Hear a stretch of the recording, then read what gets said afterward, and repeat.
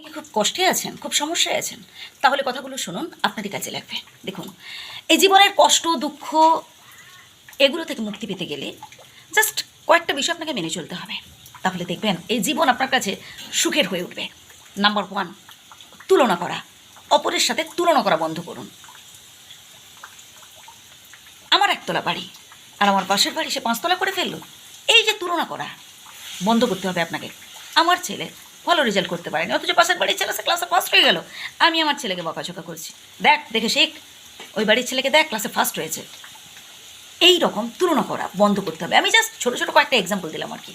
Number 2, যেটা ভীষণ গুরুত্বপূর্ণ, সেটা হচ্ছে বিশ্বাস। ঈশ্বরের উপর ভরসা রাখতে হবে, ঈশ্বরের উপর বিশ্বাস রাখতে হবে। তিনি যখন যেটা আমাদের জন্য করেন, আমাদের ভালোর জন্যই করেন। এই বিশ্বাসটুকু আপনাকে রাখতে হবে। ঈশ্বরের ওপর বিশ্বাস রাখুন, আল্লাহর ওপর বিশ্বাস রাখুন। জীবনে যদি দুঃখ আসে, কষ্ট আসে, তাও বিশ্বাস রাখুন যে এটা আমাদের ভালোর জন্যই হচ্ছে, ঈশ্বর আমাদের ভালোর জন্যই করছেন। দেখুন, এই ছোটো ছোটো দুঃখ কষ্টগুলো যদি আপনি না সহ্য করতে পারেন, তাহলে পরবর্তীকালে যদি এর থেকে কোনো বড় সমস্যা হয়, তাহলে আপনি কী করে ওভারকাম করবেন, তাই না? তাই এইসব দুঃখ কষ্ট অবশ্যই জীবনে আসা প্রয়োজন। এর পরের পয়েন্টটা ভীষণ গুরুত্বপূর্ণ, সেটা হচ্ছে দেখুন, দিন রাতের মতো সুখ দুঃখ জীবনে আসবে। আপনি শুধু সুখটাকে গ্রহণ করবেন আর দুঃখকে মেনে নেবেন না, তেমন করলে কি হয়? সুখ এলে হই হুল্লোড় করবেন, আনন্দ এনজয় করবেন, আর দুঃখ হলে আপনি মনমরা হয়ে বসে থাকবেন, তেমনটা করলে চলবে না। সুখ দুঃখকে সমানভাবে গ্রহণ করতে হবে।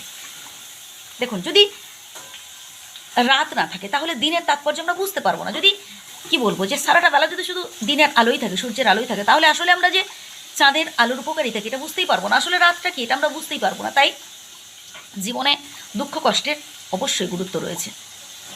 জীবনে যদি দুঃখ আসে, দুঃখকে সাদরে গ্রহণ করুন, ওয়েলকাম করুন।